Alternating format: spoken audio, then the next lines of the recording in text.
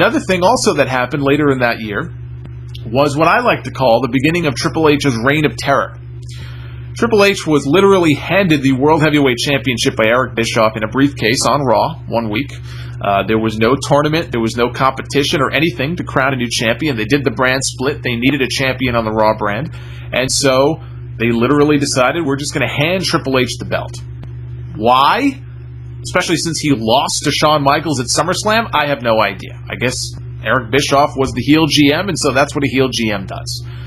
So Triple H had the championship, and he proceeded to wipe out nearly everybody on the brand. He did kind of, he did give his best friend Shawn Michaels a nice little hat tip, gave him a 1-month reign with the championship, beat him the next month, got the belt back, and Triple H went on to beat a lot of guys. He beat a lot of guys. First guy he really beat was Rob Van Dam, who supposedly was supposed to win the championship in their first match that same month that Triple H was handed the championship at Unforgiven on pay-per-view. RVD and Triple H had a match, and as the story goes, RVD was at one point scheduled to win the championship. Triple H talked people out of it. He didn't feel Van Dam was ready, or he thought he was too small, or whatever the case may be.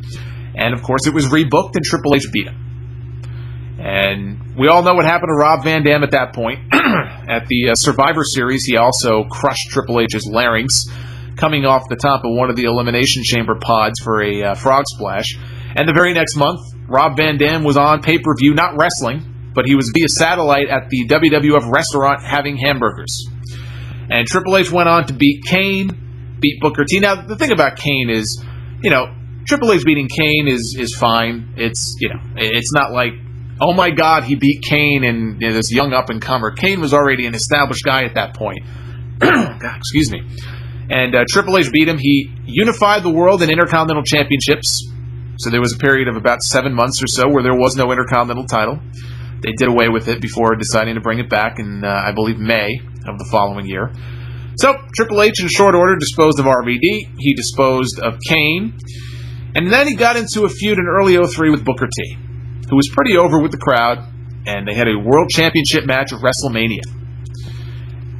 Now, if you're going to book Triple H to beat Booker T, fine. If that's what you want to do, then fine. I think what really aggravated me, and even to this day just makes me shake my head, is the way that Triple H beat Booker T at WrestleMania. Triple H had some momentum, or rather Booker T, I should say, had some momentum at the time.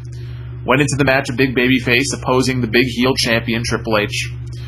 Back then, Triple H, in a lot of his main event matches against Shawn Michaels and guys like that, would, hit his finisher, the pedigree, and people would kick out. Maybe the second pedigree would put him away or something like that. Well, not in this match, not at WrestleMania against Booker T. Triple H hit Booker T in this match with a pedigree, and both guys were down. And so much time elapsed between the time that Triple H hit this one pedigree and the time that he ultimately pinned Booker T. I could have gotten in the DeLorean, flown back to 1985, tried to save the world, flew back to 1955, flew back to 2003, and Triple H still would have been crawling towards Booker T to make the cover. It was an eternity that passed between the time he hit the move and then he covered him and he pinned him. There was no near fall. There was no follow-up pedigree. He just beat Booker T like nothing. And that was the end of Booker T at that point. I think 2 months later, Booker T was feuding with Christian for the Intercontinental title. Goldberg came to WWE around this time. And they had the Elimination Chamber match at SummerSlam that year. Remember, Triple H was nursing a groin injury. This was the period where Triple H was wearing those ridiculous-looking biker shorts. It was so tight. He just looked completely ridiculous. Obviously, these biker shorts were so tight, I guess, because the tighter it is, the less pain he would have felt. His work suffered at this point because he was hurt. But here's the Elimination Chamber match. Here's WWE's big opportunity to make Bill Goldberg look like the monster that he should be. And he did. He looked like a monster in this match, and the people were really into him. And then Triple H hit him with a sledgehammer and pinned him. And the next month, he had a long match with Goldberg that was not particularly good, and finally Goldberg won the championship. But by that point, the bloom was off the rose. It's kind of like the Brock Lesnar thing. Sometimes it only takes one match. You only have one chance sometimes to make a really good first impression on people. And that night at SummerSlam, Goldberg had the real chance to get over as something special and really dominate and win the championship, and Triple H just beat him. Just beat him. So, this went into the fight. He beat a couple of other people, too. He beat Kevin Nash. He had a feud with his good buddy, Kevin Nash, and they had a couple of matches on pay-per-view. And anyway, the point is, I personally don't look back fondly on this Triple H reign of terror. I know some people do. Some people liked it. And look, here's the comparison that I would make. I like a dominant heel champion as much as the next guy. And the holy grail to point to, at least in terms of the modern generation, I can't speak to, I'm sure Superstar Billy Graham was a great heel champion back in his day, although he only held the belt for like 9 or 10 months, which, especially back then, was like nothing. But you look to Ric Flair. Ric Flair in the mid to late 80s was a great heel champion, who was actually liked by a lot of people as well, but he was a heel. Ric Flair could go in there and have a great match with almost anybody. And Ric Flair, I don't want to call Ric Flair the greatest technical wrestler of all time, because I don't think that would be true. In fact, Ric Flair's matches, for the most part, were very formulaic. It was the same stuff over and over again. But Flair was so good in trying to get guys over, whether he would beat them or lose to them. That was his modus operandi. He would always try to put the other guy over and make them look good. He had great matches with everybody from Dusty Rhodes to Terry Funk, Barry Windham, Sting, Lex Luger, Ricky Steamboat, all those guys, Vader. That's what Ric Flair was known for. Triple H modeled himself after Ric Flair. He idolized Ric Flair as a fan growing up. If you take a look at George Napolitano's book, and I interviewed him about it when we spoke on Sound Off 182, he came out with a wrestling photo book last year called High Spots and Hot Shots. Hot Shots and High Spots, I'm sorry. Which is a great book, by the way.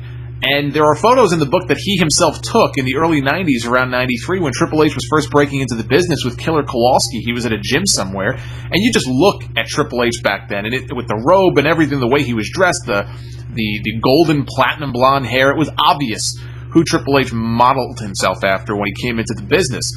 And obviously now they're very good friends. Flair went on to manage Triple H. They were part of Evolution together. But the point is, when you look at Triple H during this reign of terror, what irked me more than anything else, how many guys did Triple H really go out of his way to make look good, even in defeat, even if he was going to beat them, so that he can go on to have a nice long reign as a dominant heel champion? How many guys did Triple H actually help get over? He basically squashed Rob Van Dam. He disposed of Kane. He squashed Booker T. You could find countless examples of this. Every now and then he would have a nice match on Raw. He had a great match years earlier on Raw with Taka Michinoku. I thought he was great during that initial WWF title run in 2000, but for some reason that reign from 02 to 04 is just, to me, a very dark period in Raw history. And when I think back to the name change in 02, even though Triple H didn't get the belt until many months later, I associate that Triple H reign of terror with the start of WWE, which maybe is why I don't look back too fondly on that period. I really don't. I mean, he put Benoit over in 2004 at WrestleMania. That was a great moment. Maybe not in retrospect. It's kind of depressing, actually, to look back at that final scene at WrestleMania 20 with Benoit and Eddie. But Benoit won the championship, held it for a couple months, lost it to Randy Orton at SummerSlam, and then Orton got crushed by Triple H the very next month. Orton's momentum at that time and potential to get over as a babyface the first time around was completely derailed when Triple H beat him. Now, in fairness, in 05, Triple H put over Batista like $1 million. He made Batista a star. WrestleMania 21 did over 1 million pay-per-view buys, largely on the back of that main event. Kurt Angle and Shawn Michaels was a dream match to a lot of wrestling fans, but that doesn't equal 1 million buys. And there weren't any celebrities on that show either. The closest thing to a celebrity on that show was David Arquette, sitting in the front row as a fan. Triple H and Batista did big business. He put Batista over at WrestleMania. In fact, Batista beat him in 3 straight pay-per-view matches that year. And that was largely because, Batista was one of those guys that Triple H had handpicked to be part of Evolution, who eventually got over, and he was more than happy to put the big jacked-up Dave Batista over like he did in 05. But look at that period from the end of 02, more so 03. That was really the year, as a fan, watching Raw was just so difficult, because it was just the same shtick all the time. He would have these matches, he would always win. He wouldn't help put guys over. He would come out every week, Raw would start, it became a running joke. Oh, here we go, the Raw's going to start with a 20-minute long Triple H promo. And it was the same shit all the time. It got old. It got old very quickly. So anyway,